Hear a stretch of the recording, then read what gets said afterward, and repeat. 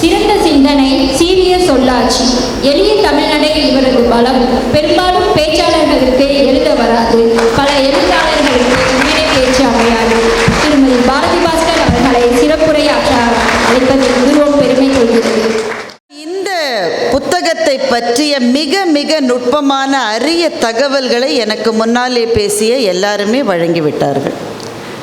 இப்போது இதிலே பாக்கி இருப்பது இந்த படைப்பாளியினுடைய பார்வை என்ன என்பது தான். அதனால் இந்த இரண்டுக்கும் நடுவில் ஒரு இடைஞ்சலாக நான் இங்கே பேச வந்திருக்கின்றேன். இந்த அவையில் நிற்பதை இந்த நேரத்தில் ஒரு பெரும் பெருமையாக நினைக்கின்றேன். நீங்கள்லாம் கொஞ்சம் நேரமாக இங்கே காத்திருக்கீங்க. நடனமாடிய வேறு சின்ன பிள்ளைங்க வேறு இன்னும் ட்ரெஸ்ஸை கட்டாமல் அதே ட்ரெஸ்ஸில் சௌரியோடு நின்றுட்டுருக்கு. நிறைய குழந்தைகளோடு வந்திருக்கீங்க. அவங்களுக்கு பசி எடுக்குது. பல பேர் அங்கங்கே நின்றுட்டுருக்கீங்க. மேலேருந்து தேவலோகத்திலேருந்து வாழ்த்துற மாதிரி வேறு சில பேர் நின்றுட்டுருக்காங்க. அதனால் இந்த நெருக்கடியான நிலைமையில் என்னை இந்த மேடையிலே பேசுவதற்கு அழைத்ததற்காக அண்ணாச்சி விஜயா பதிப்பகம் வேலாயுதம் அவர்களுக்கு என்னுடைய முதல் நன்றியையும் வணக்கத்தையும் தெரிவித்துக் கொள்கின்றேன். மிகச்சிறப்பான சீர்மையான ஒரு உரையை இந்த மேடையிலே ஆற்றிவிட்டு அமர்ந்திருக்கின்ற நீதியரசர் ஐயா அவர்களே, இந்த நிகழ்ச்சியை எல்லா விதத்திலும் பெருமைப்படுத்தி கொண்டிருக்கின்ற, மேடையிலே வீற்றிருக்கின்ற, இங்கே வாழ்த்துரை வழங்கிய பிரீத்தி முரளி அவர்களே, டாக்டர் மு ராஜேந்திரன் IAS அவர்களே, பேராசிரியர் லோகமாதேவி அவர்களே, மேடையில் இருக்கின்ற ஐயா திரு கருணாகரன் அவர்களே, திரு முருகன் அவர்களே, ஏற்புரையை வழங்க இருக்கின்ற அன்புக்குரிய தோழி வெண்ணிலா அவர்களே, நிகழ்ச்சிக்கு வந்திருக்கின்ற என்னுடைய அன்பு சகோதரர் ரவி சுப்பிரமணியம் அவர்களே, மதுரையிலிருந்து இந்த நிகழ்வுக்கு வந்து பெருமைப்படுத்தி இருக்கிற எங்கள் மதுரை கம்பன் கழகத்தினுடைய தலைவர் ஐயா சங்கர சீதாராமன் அவர்களே, அவரோடு இந்த நிகழ்வுக்கு வந்திருக்கின்ற எங்கள் மதுரை கம்பன் கழகத்தினுடைய நக்கீரனார் ஐயா அவர்களே, திரளாக கூடியிருக்கின்ற பெருமக்களே, இலக்கியவாதிகளே, வேறு வேறு நகரங்களிலிருந்து இந்த புத்தக விழாவுக்காக ஒரு புனித பயணம் போல வந்திருக்கின்ற இலக்கிய அன்பர்களே, உங்கள் எல்லாருக்கும் என்னுடைய பணிவின் வணக்கங்கள். நீங்கள் இன்னும் கொஞ்சம் கைத்தட்டலாம். எனக்கு இல்லை, வெண்ணிலாவுக்கு. அவங்க பேசும்போது கொஞ்சம் சோர்வாயிட்டீங்க தெரியுது. நான் ரொம்ப சில விஷயங்களைத்தான் இங்கே பேச வந்திருக்கிறேன். புதுமை பித்தன் ஒரு முறை சொன்னார், தமிழ்நாட்டில் எழுத்தாளராக வாழ முற்படுவது அபாயகரமானது என்று புதுமை பித்தன் சொன்னார். புதுமை பித்தன் எழுதி காலங்கள் பல கடந்து விட்டன. ஆனால் எவ்வளவு தூரம் அந்த நிலைமை மாறி இருக்கிறது என்று எனக்கு தெரியவில்லை. என்றால் நான் எழுத்தாளர் என்று என் மீது இருக்கிற பாசத்தினால் என்னை அறிமுகப்படுத்தியவர் இங்கே சொன்னார், அதை கொஞ்சம் அழிச்சிருங்க. எழுத்தாளராக முயற்சி செய்து கொண்டிருக்கிற ஒருவர் அல்லது எழுத்தாளராக முயற்சி செய்து கொண்டிருக்கிற ஒரு பேச்சாளர் என்று தான் என்னை சொல்ல வேண்டும் என்று அன்போடு நான் கேட்டுக்கொள்கிறேன். ஏன்னா இது எளிதல்ல. இங்கே பேசின எல்லாரும் சொன்னதை கேட்ட பிறகும் எனக்குள்ளே எஞ்சி இருக்கின்றது அந்த வியப்பு. 122 வாரம் பத்திரிகைகள் கொடுக்கிற டெட்லைன்னா என்னன்னு நம்ம சில பேருக்கு தான் தெரியும். எனக்கு இப்போ தான் தெரிஞ்சிருக்கு. ஏன்னா டைம்ஸ் ஆஃப் இந்தியா ஆங்கில நாளிதழில் நான் திருக்குறளை பற்றி ஒரு கட்டுரை எழுதி கொண்டிருக்கிறேன். ரொம்ப கஷ்டங்க. பேசுறதுன்னா ஈஸி. நம்ம வந்தோமா, அதுவும் எனக்கு எதிரில் சகோதரர் ராஜா இருந்தால் ரொம்ப ரொம்ப ஈஸி. நம்ம 4 திட்டினோமா, வேலை முடிஞ்சுதுன்னு நம்ம உட்காந்துடலாம். எழுதும்போதே நமக்கு சந்தேகம் வருது, ஐயோ இது சரியில்லைன்னு யாரோ சொல்லிடுவாங்களோ. சென்டென்ஸ் எழுதும்போதே பயமாக இருக்கு. அதுக்குன்னே பல பேர் இருக்காங்க. இப்போது வெண்ணிலா ஒரு காட்சியை எழுதியிருக்காங்க, அதை நான் சொல்ல போகிறேன். அந்த காட்சியை, இந்த காட்சியில் ஒன்றும் இல்லை, பெனிக்விக்கும் அவருடைய மனைவியும் 3 குழந்தைகள் அப்போது காட்டு வழியிலே பயணம் செய்கிறார்கள் அப்படின்னு ஒரு காட்சியை எழுதியிருக்காங்க. காட்டு வழியில் பயணம் செய்கிறாங்க. இரவு நேரம் வந்து விடுகிறது. திடீரென்று ஒரு சிறுத்தை எதிரிலே வந்து விடுகிறது. இது வெண்ணிலா கற்பனையாக எழுதியிருக்கிற ஒரு காட்சி. அதை எழுதிட்டாங்க. அந்த சிறுத்தைக்கு பக்கத்தில் இருக்கிறது ஏன்னா இருக்கிறதுலே சின்ன பிள்ளை. அவன் 3 பிள்ளையிலே எந்த பிள்ளை ரொம்ப சின்ன பிள்ளையோ அதுதான் பக்கத்தில் இருக்குது, சிறுத்தை இருக்குது. அப்போ அப்பாவுக்கும் அம்மாவுக்கும் எப்படி இருந்திருக்கும், பெனிக்குவிக்கும் அவர் மனைவிக்கும் எப்படி இருந்திருக்கும். அந்த நேரத்திலே ஒரு பெண் வந்து அங்கே இந்த சிறுத்தை எதுவும் செய்யாதுன்னு ஒரு மேலிருந்து வருகிற தேவ ஆசீர்வாதம் மாதிரி ஒரு குரலை கொடுக்குறாங்க. அந்த சிறுத்தை அந்த பிள்ளையை பார்த்து நாக்க சுழட்டுது, ஆனால் அப்புறம் போயிடுது. இதுதான் வெண்ணிலா எழுதியிருக்கிறது. உடனே ஒருவர் வெண்ணிலாவுக்கு அடுத்த வாரம் ஒரு கடிதம் எழுதுங்க. இல்லை நல்லா தான் எழுதி வரீங்க, ஆனால் உங்களுக்கு ஒரு தெரியுமா, சிறுத்தை எப்போதுமே இரையை பார்த்தால் நாக்கை சுழற்றாதுன்னு எழுதுறது. யாருக்குங்க தெரியும்? சிறுத்தையை பக்கத்தில் இருந்தால் நம்ம பார்த்தோம். இப்போது ஒரு 122 வாரம் எழுதுகிற போது அதை எக்ஸ்பர்ட்ஸும் படிக்கிறாங்க. அதில் வருகிற சின்ன சின்ன விஷயங்கள், அதற்கும் கதையினுடைய ஆன்மாவுக்கும் பெரிய தொடர்பெல்லாம் கிடையாது, முக்கியமான பகுதியும் கிடையாது. சிறுத்தை வந்தது போச்சு, அவ்வளோதானே.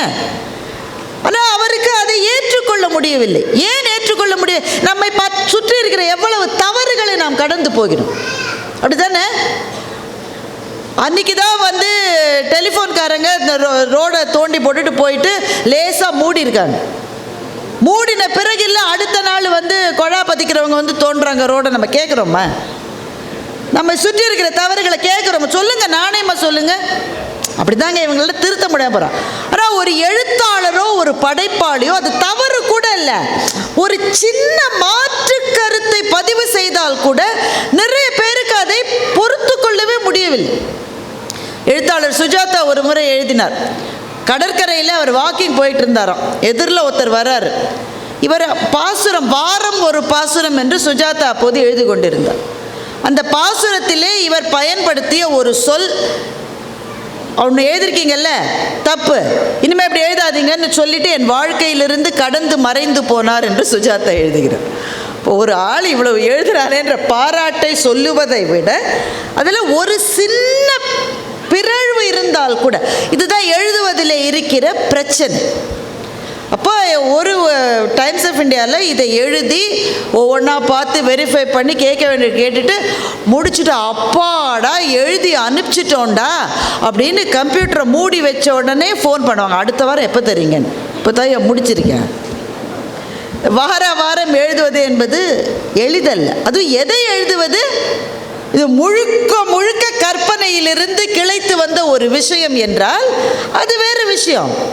எவ்வளவு விஷயங்களை சரிபார்க்க வேண்டியிருக்கிறது. ஐயா சொன்னார், இங்கே பேச வருகிற போது ஐயா அமல்ராஜ் அவர்கள், சுதந்திர அமல்ராஜ் ஐயா அவர்கள் சொன்னார்கள், அந்த மெக்கன்சி டாக்குமெண்ட்டை பற்றி இவர் சொன்னார்ல, மெக்கன்சி தான் அந்த டாக்குமெண்ட்டை உருவாக்கி இருக்கிற. இந்த அணையை எப்படி கட்டினீங்க நமக்குலாம் எப்படி தெரிஞ்சது? மெக்கன்சியினுடைய டாக்குமெண்ட். பெனிக்விக் அந்த டாக்குமெண்ட்டை எழுதலை, பதிவு செய்யலை, மெக்கன்சி தான் எழுதியிருக்காரு. மெக்கன்சி எழுதின இந்த டாக்குமெண்ட்டிலிருந்து அவரை 1000 சந்தேகங்களை வெண்ணிலா கேட்டிருக்காங்க. வெண்ணிலா இஸ் நாட் an engineer, அணை கட்டுகிற பொறியாளர் கிடையாது. அவர் ஒரு கற்பனை உலகத்திலே தன்னுடைய கைகளையும் பாதங்களையும் பதித்திருக்கிற ஒரு படைப்பாளி. மெக்கன்சியினுடைய document is an engineering document.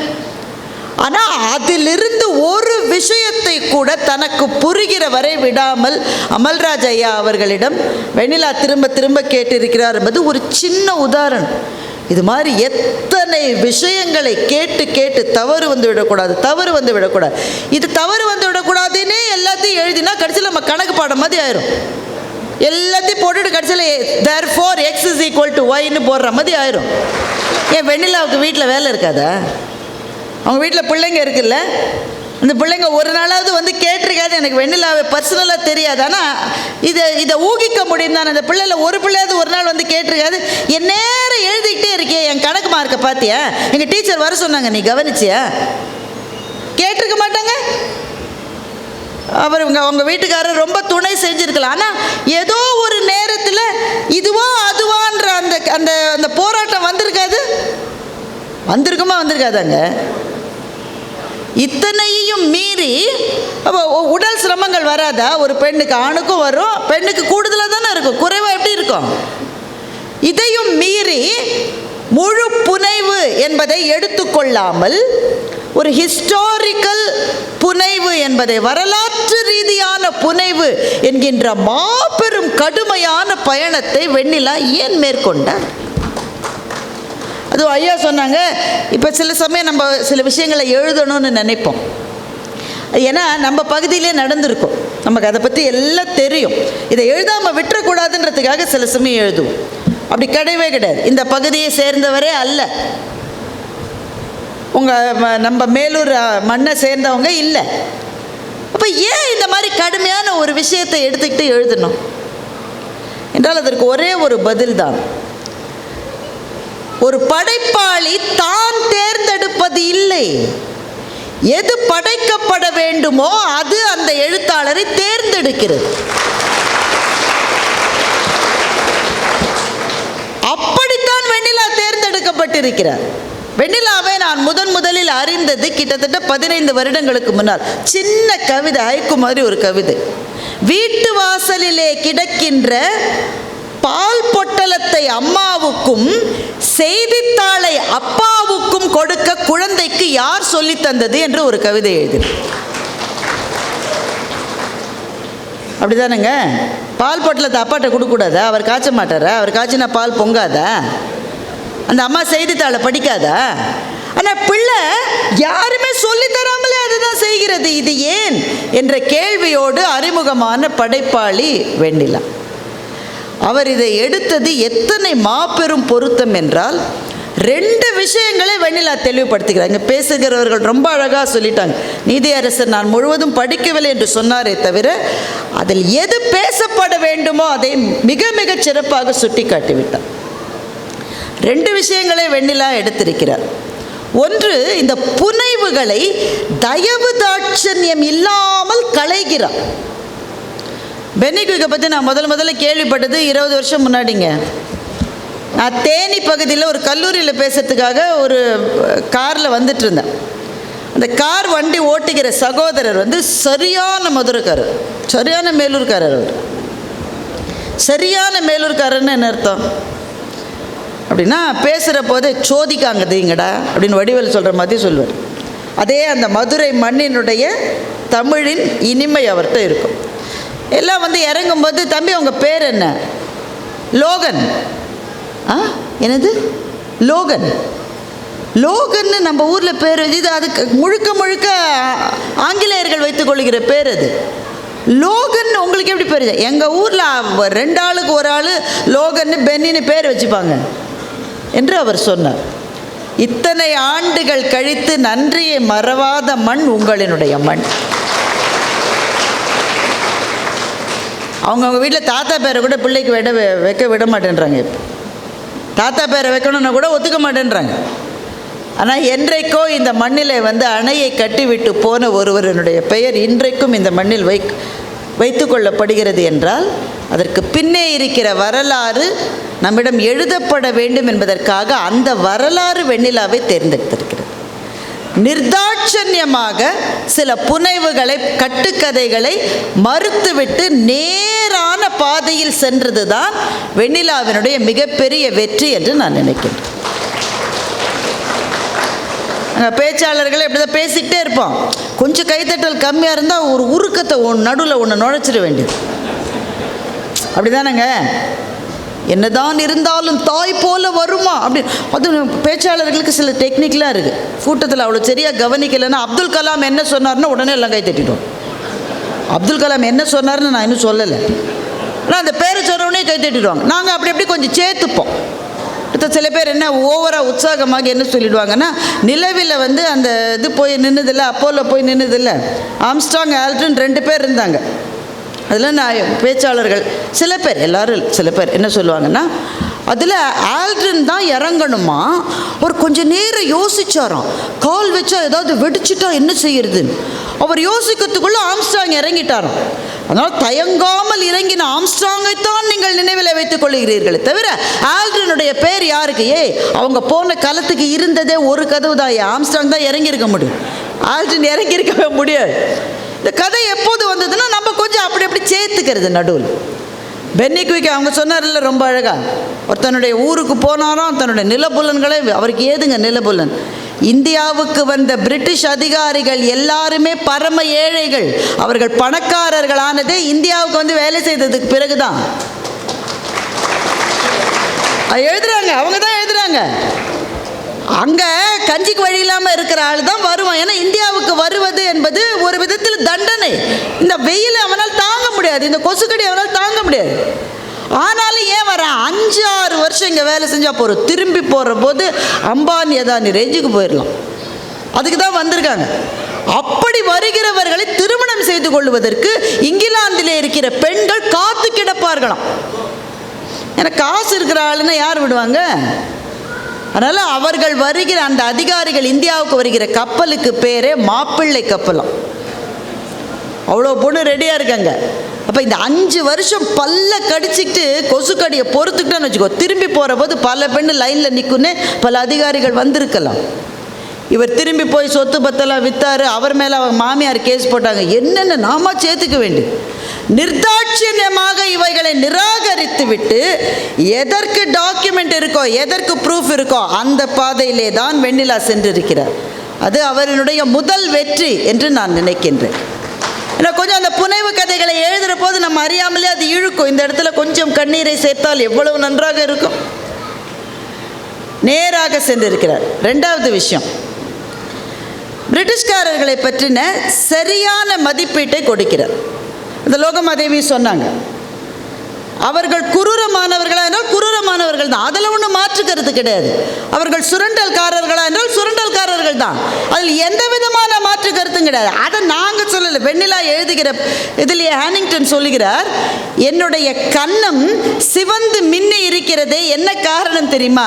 இந்த மண்ணில் இருக்கிற ஏதோ ஒரு பிள்ளையினுடைய பாலை நான் எடுத்திருக்கிறேன் என்று அவரே பேசுகின்றார். ரொம்ப சுவாரஸ்யமாக ஒரு இதை எழுதுகிறாங்க. மெட்ராஸ் கிண்டி ஹவுஸுங்க, இப்போது கூட இருக்கிற ஆளுநர் மாளிகை இருக்கிறதே அதற்கு பேர் கிண்டி ஹவுஸ். அங்கே தான் மெட்ராஸ் பிரசிடென்சியினுடைய ஹிஸ் எக்ஸலன்சி கவர்னர் வசித்திருக்கிறார். அவரை பார்க்கறதுக்காக பென்னி குயிக் போகிறார். ஏன்னா இது தடையாயிட்டே இருக்கு, தடைப்பட்டு கொண்டே இருக்கிறது. அப்போ திருவிதாங்கூர் சமஸ்தானத்தை சார்ந்தவர்கள் கூடுதலாக டிமாண்ட்ஸ் வைக்கிறாங்க. அவங்களோட நிலத்தில் தான் அந்த அணை கட்டப்பட போகிறது. உண்மையில் அவர்களோட நிலம் இல்லை, பூஞ்சாறு என்கிற இன்னொரு சமஸ்தானத்தினுடைய நிலம்தான். ஆனால் அது திருவிதாங்கூர் சமஸ்தானத்தினுடைய ஆளுகைக்குட்பட்டது. அந்த சமஸ்தானத்திலிருந்து ஏகப்பட்ட டிமாண்டை வைக்கிறாங்க. தள்ளி போய்கிட்டே இருக்கேன், நேராக போய் இவரை பார்த்துடலாம், கவர்னரையே பார்த்துடலான்னு போகிறார். போகிற இடத்துல என்ன நடக்குதுன்றது கதையில் வருது, நீங்கள் படிச்சுக்கோங்க. ஒரே ஒரு சின்ன சம்பவம் எனக்கு ரொம்ப சுவாரஸ்யமாக.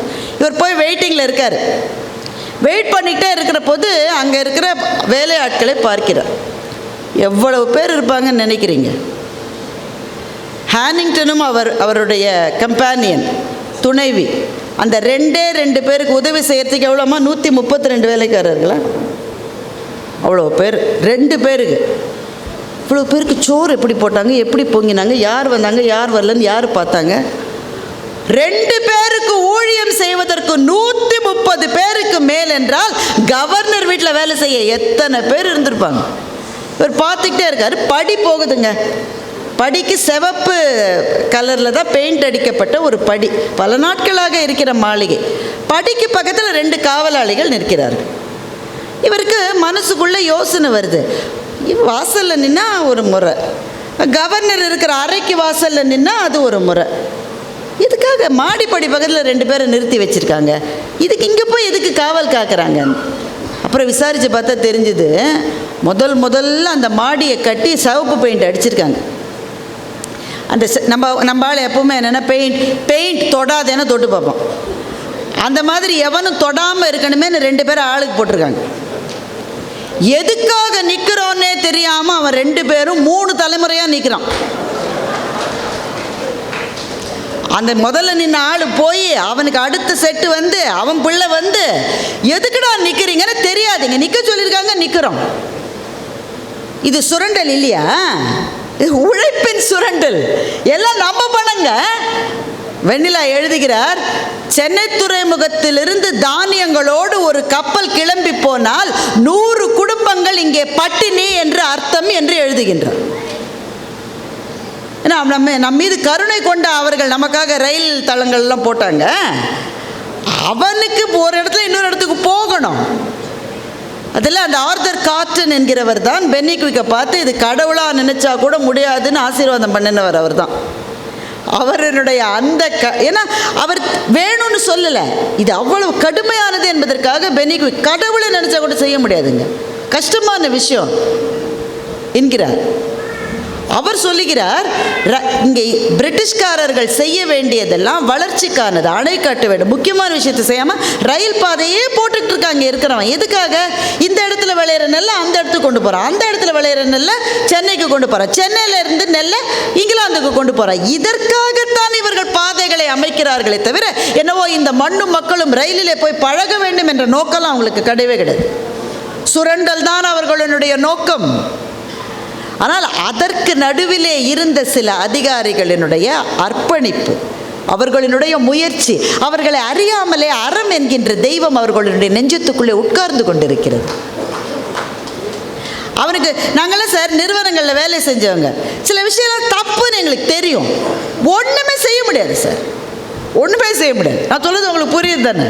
நமக்கே தெரியும். ஆனால் மேலிருந்து வருகிற உத்தரவு எப்பவுமே நிறுவனங்களை நீங்கள் புரிஞ்சுக்கங்க, இட்ஸ் ஆல்வேஸ் டாப் டவுன். மேலிருந்து வருவது தான் சொல்லப்படுவது தான் நடக்கும். நான் சொல்லுவது நிறுவனங்களுக்கு மாத்திரம் இல்லை, எல்லாத்துக்கும். தலை எப்படி இருக்கும், வால் அப்படித்தான் இருக்கும். மேலிருந்து வந்த உத்தரவு என்ன? இந்தியாவிலேருந்து எவ்வளவு பணத்தை எடுக்க முடியுமோ, எவ்வளவு செல்வத்தை எடுக்க முடியுமோ எடுத்துகிட்டு வந்து இங்கிலாந்துக்கு கொடுங்க என்பது தான் உத்தரவு. அந்த செயினில் இருக்கிற எல்லாரும் அதை தான் செய்யணும். ஆனால் அந்த செயினில் இருக்கிற சில பேர் அவர்களையும் அறியாமல் அவர்களினுடைய நெஞ்சும் துடித்திருக்கிறது.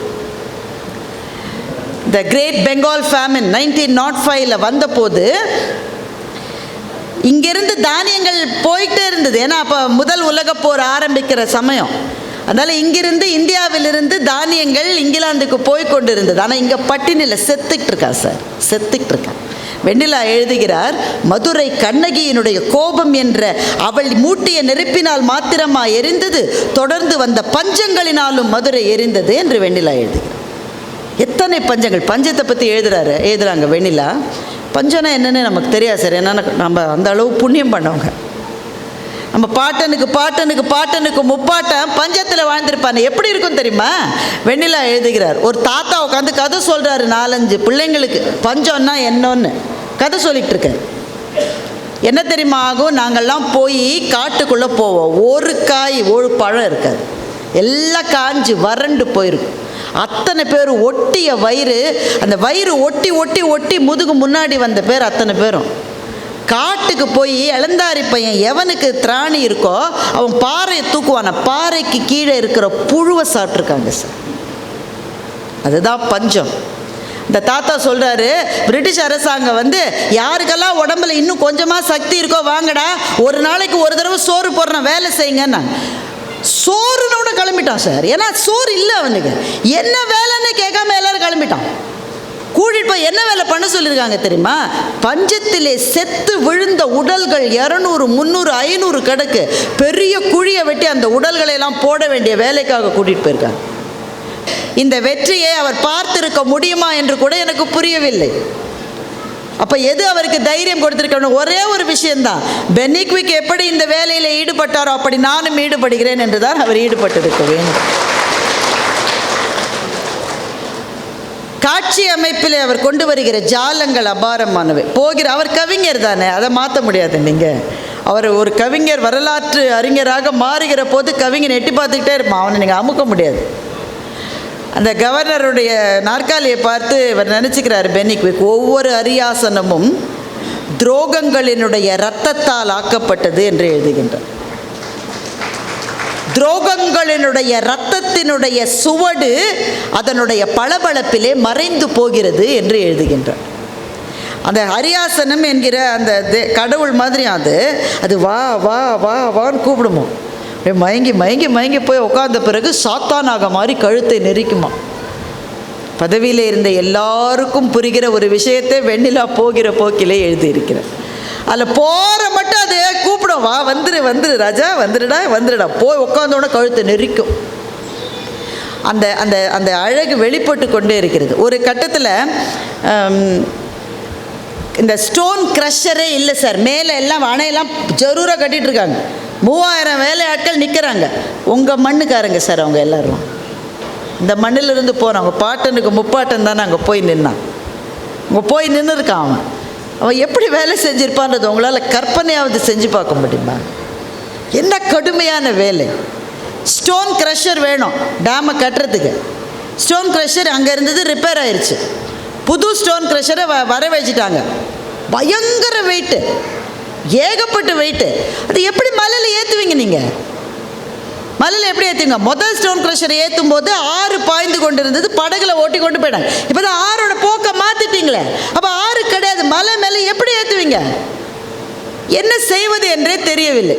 பென்னிக்விக் உட்காந்துக்கிட்டே இருக்காரு. பின்னாடி ஒரு குரல் கேட்குது, லட்டு வாடா லட்டுன்னு. லட்டுன்னு யாரை கூப்பிட்றான்னு திரும்பி பார்த்தா யானைக்கு லட்டுன்னு பேர் வச்சுருக்கோம்.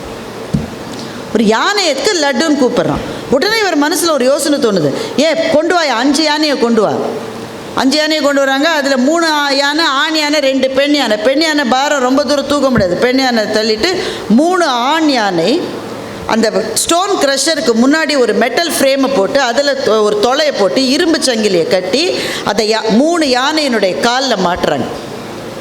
அந்த மேலே இருக்கிற பாகன் நில்லு ஆனைன்னா நிற்கணும், போ ஆனைன்னா போகணும், இடது ஆனைனா இடது பக்கம் திரும்பும், வலது ஆனைனா வலது பக்கம் திரும்பும். அந்த இரவு முழுவதும் போ ஆனை போ ஆனை போ ஆனை என்ற குரல் அந்த காட்டிலே ஒலித்து கொண்டே இருந்தது என்று வெண்ணிலா எழுதுகிறார். வெண்ணிலா பக்கத்தில் இருந்து பார்த்தாங்களா? ஆனால் எனக்கு என்னவோ தோன்றுகிறது அப்படித்தான் அது நடந்திருக்க வேண்டும் என்று. ஒரு படைப்பாளி அந்த தவத்துக்குள் தன்னை கரைத்து கொண்டு விடுகிற போது தெய்வங்கள் அந்த காட்சியை அவர்களுக்கு காட்டிய தீரும். 20 மணி நேரம் அந்த 3 ஆணையை கொண்டு போய் மேலே சேர்த்துட்டாங்க. கூடி இருக்கிற எல்லா அங்கே ஒர்க்கர்ஸ் வெயிட் பண்ணிட்டு இருக்காங்கல்ல, அத்தனை 1000 பேரும் கைத்தட்டி பாராட்டுகிறார்கள். அந்த பாராட்டு யானைக்கா பென்னிக்விக்கா யாருக்குன்னு எனக்கு தெரியல. ஆனால் என்னுடைய பாராட்டு வெண்ணிலாவுக்கு தான்.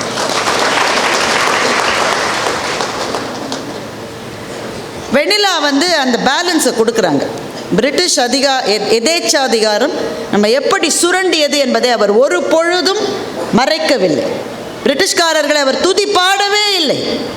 அந்த ஆட்சி அமைப்பு என்பது லஞ்சத்திலே கொழித்த ஆட்சி அமைப்பு தான். அதில் என்ன மாற்று கருத்து இருக்க முடியும்? கீழிருந்து மேல் வரை முதல்ல டிரான்ஸ்ஃபர் ஆன கவர்மெண்ட் எம்ப்ளாயி யாருன்னு உங்களுக்கு தெரியுமா? டிரான்ஸ்ஃபர்னு இப்போ நம்ம கேள்விப்படுறோம்ல, முதல்ல ராபர்ட் கிளைவ் இங்கே கவர்னர் ஜெனரலாக இருந்த போது கல்கத்தாவில் இருக்கிறவெல்லாம் ஏகத்துக்கு லஞ்சம் வாங்குறான்னு அவனெல்லாம் தூக்கி சென்னைக்கு டிரான்ஸ்ஃபர் பண்ணியிருக்காங்க. அப்புறம் என்ன நடந்தது? லஞ்சம் ஒழிந்து விட்டதா என்றால் இல்லை, சென்னையில் இருக்கிறவங்க லஞ்சம் வாங்க ஆரம்பிச்சிருக்கோம். டிரான்ஸ்ஃபர் என்பது அப்போ தான் முதல்ல வந்தது. இது லஞ்சத்தினாலேயே செய்யப்பட்ட ஒரு அமைப்பு, அதுதான் பிரிட்டிஷ் ஆட்சி அமைப்பு. ஆனால் அதற்கு நடுவில் இருந்த சில பேர் இந்தியர்களினுடைய வாழ்க்கையை மாற்றி இருக்கிறார்கள். இந்திய பெண்களுக்கான மருத்துவ முறையை மாற்றிய ஐடா ஸ்கட்டர், நெய்யூரிலே மருத்துவமனை கட்டிய ஹோவர்ட் சாமர்வெல், பென்னிக்விக் மாதிரியான அதிகாரிகள், சென்னையிலே கிறிஸ்டியன் காலேஜை ஆரம்பித்த வில்லியம் மில்லர், அமெரிக்கன் கல்லூரியை தொடங்கிய டேனியல் பூர், இவர்களெல்லாம் பல தலைமுறை ஏழைகளினுடைய வாழ்க்கையை மாற்ற நமக்கு உதவிய ஆங்கிலேய அதிகாரிகள். ஆங்கிலேயர்கள் அதை நம்ம மறந்துடக்கூடாது. அந்த பேலன்ஸை மிக மிக சரியாக வெண்ணிலா நமக்கு கொடுத்து கொண்டே போகிறார். கவித்துவம் மிளறுகிற இந்த புத்தகம் நமக்கு ஏன் முக்கியமானது? ஏன்னா அதில் இருக்கிற பல விஷயங்களை ஏற்கனவே ரொம்ப அழகாக அவங்க எல்லாருமே சொல்லிட்டாங்க. காதலை பற்றி, ஒரு காதலியை பற்றி சொல்கிறாங்க. அவள் சின்ன பிள்ளையிலேருந்தே அந்த காதலை அவளை தினமும் பார்த்துக்கிட்டே இருக்கான். சின்ன பிள்ளையிலேருந்தே ஒன்று மணி நேரம் தெரியுது. அவளை கண்டாலே அவனுக்கு பிடிக்காது. அவளும் அவள் தலையும் பரட்ட தலையும் ஆளாதுன்னு சேர்க்கவே மாட்டான். அப்படியே போயிட்டே இருக்கு. திடீர்னு ஒரு நாள் பார்த்தா பயங்கர அழகாக தெரியுறா. அவள் பேர் பார்வதி. பயங்கர அழகாக தெரியுறா. அவளை எப்போ இவள் அழகானா பங்கரையை தெரிஞ்சிட்டு இருந்தேன் அப்படின்னு பார்க்குறான். அதற்கு வெண்ணிலா ஒரு உதாரணம் கொடுக்கிறாள். அவள் எப்படி திடீர்னு அழகானா தெரியுமா? அம்மனுக்கு அலங்காரம் செய்கிறார் பண்டாரம். பூக்களை கோத்து கோத்து அம்மனுக்கு போடுகிறார். அப்புறம் அந்த சேலையை நல்ல மடிப்பெல்லாம் சரி பண்ணி விடுறார். நகையெல்லாம் போடுறார். அவர் தான் அலங்காரம் செய்கிறார். பல்லக்கில் ஏற்றிட்டாங்க அம்மனை. பல்லக்கு தூக்கி எல்லாம் அந்த மேலே தூக்குற போது பண்டார அம்மனுடைய முகத்தை பார்த்தா திக்குங்குது. நான் அலங்காரம் செஞ்சப்போ இல்லாத ஒரு அழகு இப்போ எப்போ வந்ததுன்னு பண்டாரம் யோசிக்கிறார். அலங்காரம் செய்த போது இல்லாத அழகு பல்லக்கிலே ஏறி பவனியிலே வருகிற போது அம்மனுடைய கும்மின் சிரிப்பாக எப்படி மலர்கிறதோ அப்படித்தான் யாரும் அறியாத ஒரு பொழுதில் பார்வதி அழகியாக இருக்க வேண்டும் என்று வெண்ணிலா எழுதுகின்றார். காதல் மிளறுகிற இடங்கள், அதே மாதிரி அந்த டெய்லர் இறந்து போகிற இடம், அந்த க்ரஷரில் விழுந்து அதில் முழுதும் க்ரஷாகி அவர் இறந்து போகிறார். அது நெஞ்சத்தை உருக்க செய்கிறது. எத்தனை மரணங்கள். நிறைவாக இந்த புத்தகம் நமக்கு ஏன் அவசியம்? முதல் விஷயம், புத்தக படிப்பு என்பது இறந்த காலத்தை நிகழ்காலமாக மாற்றுகிறது. அதுதான் லோகநாயகி சொன்னாங்க. என்ன டென்ஷன் உங்களுக்கு? அதுதான் அணையை கட்டியாச்சுன்னு தான் நமக்கு தெரியுமே. ஆனால் லோகநாயகி டென்ஷனாக இருக்கும் ஒவ்வொரு வாரம். ஐயோ கட்டுவாங்களோ நமக்கு தான் தெரியுமே அணை கட்டியாச்சுன்னு. ஏன் டென்ஷனாக இருக்குன்னா, ஒரு இலக்கியத்துக்கு இறந்த காலம் என்பதே கிடையாது. அது நித்தியமான நிகழ்காலத்தில் மாத்திரமே வசிக்கும் எப்போதும். அதுதான் அதை படிக்கிற போது இப்போது நடப்பதை போல இருக்கிறது. இந்த மண்ணுக்கு வந்து இதை செய்திருக்கிற ஒருவரை பற்றி தெரிந்து கொள்ள வேண்டிய கடமை நமக்கு இருக்கிறது என்பது முதல் காரணம். ரெண்டாவது, இது அறத்தை பற்றி சொல்லுகிறது. நீங்கள் செய்கிற வேலை உங்கள் ஊரில் இருக்கலாம், வெளியூரில் இருக்கலாம், எங்கே வேணால் இருக்கலாம். எங்கே எந்த வேலையை செய்தாலும் அந்த மண்ணிலே இருக்கிற குரலற்றவர்களுக்கு, திக்கற்றவர்களுக்கு ஏதாவது செய்வதற்கு உங்கள் வேலை உங்களுக்கு வாய்ப்பளித்தால் அந்த வாய்ப்பை கை நழுவ விட்டு விடாதீர்கள் என்பது தான் பென்னிக்விக்கினுடைய வாழ்க்கை நமக்கு சொல்லுது. Sir, this is not possible to do. It is an impossible project. ஒரு குறிப்பை எழுதிவிட பென்னிக்விக்கு எவ்வளோ நேரம் இருக்கும்? செஞ்சிருக்கலாமா? என்ன சார், அந்த ஆறு அப்படியே அது மேற்கு புறமாக போகிற ஆறு, அதை தடுத்து கிழக்கு புறமாக கொண்டு வர வேண்டும். உலகத்திலேயே எங்கேயுமே நடக்காத இந்த என்ஜினியரிங் அதிசயம் மதுரை மக்களுக்காக மாத்திரமே நடந்தது. சாத்தியமே கிடையாது இது. அந்த அணைக்கு தான் இன்னமும் நம்ம சண்டை போட்டுட்டு இருக்கோம். 130 ஆண்டுகள் முடிந்த ஒரு அணை. அந்த அணைக்கு விவசாய நண்பர் சொல்லுகின்றார், அவ்வளவு நல்லா இருந்த அணையில் கொள்ளளவு குறைஞ்சிட்டாங்க படுபாவிங்கன்றார். வெள்ளைக்காரர்கள் காலத்திலேயே செய்து முடித்து விட்டோம். ஆனால் சுதந்திரம் பெற்று இவ்வளவு ஆண்டுகள் கழித்தும் நமக்கு வேண்டிய தண்ணீர் நமக்கு கிடைக்கவில்லை என்றால் நாம் செல்ல வேண்டிய தூரம் எவ்வளவு இருக்கிறது என்பதை பென்னிக்விக்கினுடைய வாழ்க்கை நமக்கு சொல்ல வேண்டும்.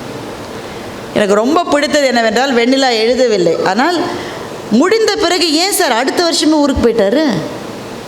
அக்டோபர் மாதம்தான் முடிச்சிருக்கார், அடுத்த வருஷமே ஊருக்கு போயிட்டார். ராமாயணத்தில் ஒரு காட்சி வரும். விஸ்வாமித்திரர் தான் வந்து ராமனுக்கு எல்லாத்தையுமே செய்வார். அப்பா வந்து அனுப்ப மாட்டேன்ற அப்பாட்ட முறப்பாக பேசி ராமனை கூட்டிகிட்டு போகிறாரு. பழைய அதிபலை மந்திரத்தை சொல்லி கொடுக்குறாரு, அஸ்திரத்தை கொடுக்குறாரு, சஸ்திரத்தை கொடுக்குறாரு. ரொம்ப முக்கியமாக சீதையை போய் கல்யாணம் பண்ணி வைக்கிறார். எல்லாம் முடித்து தசரதனோட கையில் பிடிச்சி கொடுத்தப்புறம் பார்த்தா காப்பியத்தில் விஸ்வாமித்திரர் காணவே காணும். நாம் அப்படி இருப்போம். ராமா நான் தான் ஞாபகம் இருக்கேன், அஸ்திரம்லாம் நான் தான் சொல்லி கொடுத்தேன், கல்யாணம்லாம் நான் தான் பண்ண போய் நின்று இருக்க மாட்டோம். விஸ்வாமித்திரர் போவே இல்லை. ஏனென்றால் உண்மையான தலைவர்கள் அப்படித்தான் இருப்பார்கள். வேலைகளை செய்துவிட்டு பாராட்டு விழாக்களுக்கு கூட நிற்காமல் இருப்பவர்கள் தான் உண்மையான தலைவர்கள். பென்னிக்விக் அப்படிப்பட்ட தலைவர்.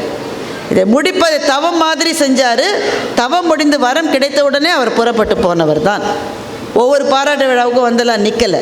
அதனால் அவருக்கு எதற்கு பாராட்டு விழா? நீங்கள் இன்னமும் பென்னிக்விக்னு பேர் வச்சுக்கிட்டு இருக்கீங்க உங்கள் மண்ணில். இந்த மண் வாழ்வதற்கு அவர் செய்த மகத்தான பணிக்காரன். அதை தெரிந்து கொள்வதற்காகத்தான் வெண்ணிலா இதை செய்திருக்கிறார். அவர் செய்த பணி எளிது அல்ல. இதை நினைத்து பார்க்கிற போது எனக்கு பிரமிப்பாக இருக்கிறது. அந்த 122 வாரம் முடிச்சுட்டு அடுத்த வாரம் வெண்ணிலாவுக்கு ரொம்ப பயங்கரமான வாரமாக இருந்திருக்கும் என்று நான் நினைக்கிறேன்.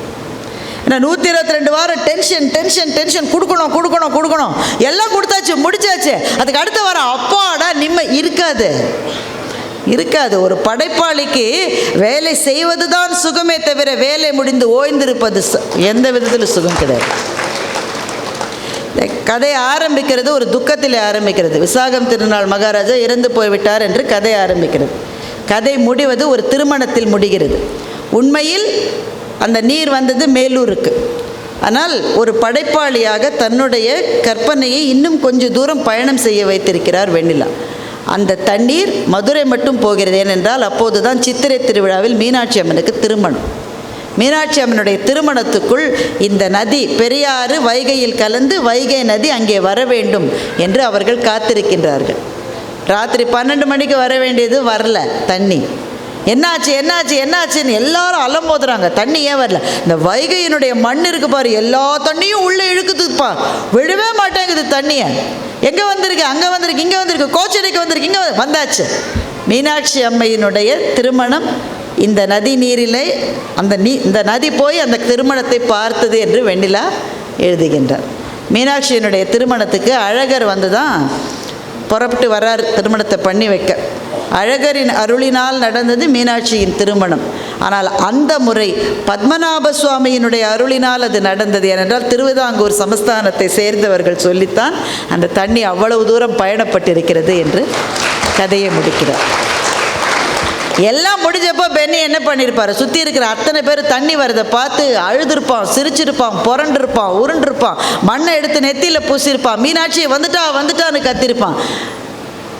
இந்த வெண்ணிலாவினுடைய கதைக்கு படம் வரைந்த ஷாம் அப்படி ஒரு படத்தை வரைந்திருக்கிறார். பென்னிக்கு விபூதி போட்டிருக்கிற மாதிரி நம்ம மக்கள் கொதிச்சு எழுந்துட்டாங்க. அப்படி தான் நடந்திருக்கும். அது நீங்கள் நேராக பார்த்தீங்கன்னா அவங்க பார்க்க வேண்டாம், அவங்க கண்ணு முன்னாடி அது காட்சி தந்திருக்கும். இது மதத்தை பொறுத்தது அல்ல, இது மனிதர்களை பொறுத்தது. இவ்வளவு பெரிய வேலையை செய்து முடிச்சுட்டு பக்கத்தில் இருக்கிறவரை அழும்போது அந்த ஆள் அழுதுருக்க மாட்டார். ஒரே ஒரு படம் வாசல் இருக்கு பாருங்க, அது பாருங்கள். ஷாம் வந்திருக்காரான்னு எனக்கு தெரியல, ஆனால் ஷாம் வந்தால் அந்த தம்பியை கையை பிடிச்சி பாராட்டணும்னு எனக்கு தோணுது. இந்த ஒரு படத்தை வச்சுக்கிட்டு 1000 படம் வரைஞ்சிருக்காரு சார். சிரிக்கிற மாதிரி, அழுகிற மாதிரி, நிற்கிற மாதிரி, உட்கார மாதிரி, கொஞ்சற மாதிரி. அது எப்படி முடிந்ததுன்றால் ஒரு படைப்பாளி தேடி போக மாட்டான், அவன் முன்னாடி வந்து நிற்கும். அதுதான் வெண்ணிலாவுக்கு நடந்தது தான் ஷாமுக்கும் நடந்திருக்கிறது. இனிய சகோதரர் ரவி சுப்பிரமணியம் ஒரு கவிதையை சொன்னார். கடவுளை துதித்து தமிழை துதித்து கூட்டங்களை துவக்கினோம் சரி, இனிமேல் இலையை துதித்து பூவை துதித்து நம்முடைய கூட்டங்களை துவங்க வேண்டும் என்று வாராத மழையும் வறண்ட காடும் சொல்லுகிறது என்று கோவை பாலா என்பவர் எழுதிய கவிதையை ரவி சுப்பிரமணியம் சொன்னார். இப்போ இதுதான் பேலன்ஸ், சைக்கலாஜிக்கல் பேலன்ஸ். ஒரு அணையை கட்டுவதனால் இயற்கை பாதிப்பு அடைகிறது, ஆனால் அந்த அணையை கட்டினால்தான் சில மனிதர்கள் வாழ முடியும். இந்த ரெண்டுத்துக்கும் இருக்கிற பேலன்ஸை நாம் எப்படி பேண வேண்டும் என்ற சிந்தனையை நமக்குள்ளே கொண்டு வருவது தான் வெண்ணிலா எழுதியிருக்கிற நீரதிகாரத்தினுடைய கதை. தமிழிலே நாம் என்றைக்கும் மறக்க முடியாதது சிலப்பதிகாரம். அந்த சிலப்பதிகாரத்தினுடைய ஒரு நீட்சி தான் இந்த நீரதிகாரம். ஏனென்றால் சிலப்பதிகாரத்திலே கண்ணகி 14 நாள் நடக்கிறாள். மதுரையிலிருந்து நடந்து அந்த விண்பாறைக்கு போகிறாள். அந்த பயணத்தை இளங்கோவடிகள் எழுதுகிற போது பற்றி எரிகிற பாதையின் வழியாக கண்ணகி போனாள். அவளோட கோபம் குறையலை. கண்ணகி போய் சேர்ந்து கோவலனோட மேலுலகத்துக்கு போன பிறகு கண்ணகியினுடைய தோழி தேவந்தி அவளை தேடி அங்கே வருகிறாள். இளங்கோவடிகள் அவ்வளோதான் எழுதியிருக்காரு. வெண்ணிலா எழுதுகிறார் தேவந்தி திரும்பி போயிருக்க மாட்டான்னு எழுது. எப்படி திரும்பி போக முடியும்? அங்கேயே இருந்தாள். கண்ணகி அம்மனுக்கு அவள் பூஜை செய்தாள். அவளுக்கு பின் வந்த சந்ததிகள் எல்லாருக்கும் பேர் தேவந்தி தான். எல்லாரும் கண்ணகி அம்மனுக்கு பூஜை செய்தார்கள் என்ற கவித்துவமான ஒரு கற்பனையை வெண்ணிலா வைக்கிறார். அது சிலப்பதிகாரம், இது நீரதிகாரம். இந்த அதிகாரங்கள் நமக்கு வேண்டும் என்றால் எழுத்தாளர்களை நாம் கொண்டாட வேண்டும். நீர் என்பதுதான் நம்முடைய அதிகாரம். நாளைய உலகின் எல்லா போர்களையும் நீர் தான் முடிவு செய்ய போகிறது.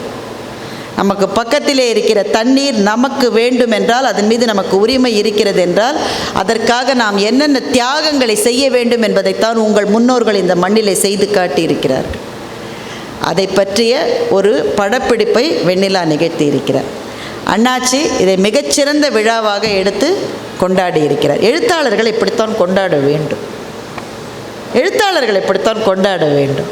அவன் என்ன தனக்காகவா எழுதிக்கிறான்? தனக்காகவா எழுதிக்கிறான்? அவனுக்குள்ளே வருகிற முத்துலிங்கம் சொல்லுவார், எப்படி ஐயா நீங்கள் எழுதுகிறீங்க? நான் எங்கே எழுதுகிறேன்? அது வருகிற போது நடுவே நடுவே போய் நிற்காமல் ஒதுங்கி நிற்கிறேன் என்று முத்துலிங்கம் சொல்லுவார். அப்படி அவர்கள் தேர்ந்தெடுக்கப்பட்டு அவர்கள் மூலமாக வருவது நம்முடைய வருங்காலத்தை வளமாக்கும். எனவே எழுத்தாளர்களை இப்படித்தான் கொண்டாட வேண்டும். லோகமாதேவி சொன்னது மாதிரி ஒரு இலக்கிய கூட்டத்துக்கு ஒரு ஊரே திரண்டு வந்திருப்பதை இப்போது தான் நான் பார்க்கின்றேன். இந்த விழாவை இவ்வளவு சிறப்பாக நடத்தி காட்டியிருக்கிற வேலாயுதம் அண்ணாச்சிக்கும் துருவம் அமைப்பைச் சேர்ந்த என்னுடைய சகோதரி பிரீத்திக்கும் சகோதரர் முரளி அவர்களுக்கும் மனப்பூர்வமான வாழ்த்துக்கள். வாசலிலே குழந்தைகள் எல்லாம் நிறுத்தி வைத்து வரவேற்றீர்கள். அவர்களுக்கு இந்த புத்தகத்தை இப்போது படிக்க தெரியாது. ஆனால் இந்த பெயர் அவர்கள் நினைவிலே இருக்கும். உங்கள் வீட்டிலே இந்த புத்தகம் இருந்தால் அந்த குழந்தை அதை எடுத்து படிக்க ஆரம்பிக்கும். அதை தவிர வெண்ணிலாவுக்கு நாம் செய்கிற மரியாதை வேறு எதுவுமே இருக்க முடியாது. தமிழ்நாட்டில் இருக்கிற கல்லூரிகள் பள்ளிகளுக்கு தொடர்ந்து நான் போய்கொண்டே இருக்கிறேன். எல்லா இடத்துலையும் ஒரு கேள்வியை கேட்பேன். கடைசியாக என்ன புக்குப்பா படிச்சிங்க தம்பி? ஒரு கை கூட உயர்வதில்லை நண்பர்களே, ஒரு கை கூட உயர்வதில்லை. எந்த மொழியிலடா ஏதாவது ஒரு புத்தகம், என்ன புத்தகம் கடைசியாக படிச்சிங்க? ஒத்த முகத்தை ஒருத்தன் பார்க்குறானே தவிர ஒருவருக்கும் ஒரு புத்தகத்தை சொல்ல முடிவதில்லை. படிக்கிற வழக்கத்தை இழந்து கொண்டிருக்கிற தலைமுறையை திரும்ப ஈழ்ப்பது நம்முடைய கையில் இருக்கிறது, நம்முடைய உறுதியில் இருக்கிறது, நம்முடைய மனதிலே இருக்கிறது. நம்முடைய குழந்தைகளை படிக்க வைப்பது எப்போது நடக்கும் என்றால் நாம் படித்தால்தான் அவர்கள் படிப்பார்கள். அப்பா அம்மா படிப்பதை பார்த்தால்தான் குழந்தைகள் பிடிக்கும். ஆசிரியர்கள் படிப்பதை பார்த்தால்தான் மாணவர்கள் படிப்பார்கள். அதை திரும்ப கொண்டு வர வேண்டியது தான் எழுத்தாளர்களுக்கு நாம் எடுக்கின்ற திருவிழா. இந்த திருவிழாவுக்கு காரணமாக இருக்கிற அண்ணாச்சிக்கும் இதை மிகச்சிறப்பாக நடத்திய துருவம் அமைப்பை சார்ந்தவர்களுக்கும் ஒரு எழுத்தாளருக்கு அணி சேர்ப்பதற்காக திரளாக வந்திருக்கிற உங்களை போன்ற ரசிகர்களுக்கும் மேடையில் இருக்கிற பெரியவர்களுக்கும் என்னுடைய நன்றியை சொல்லி விடைபெறுகிறேன். வணக்கம்.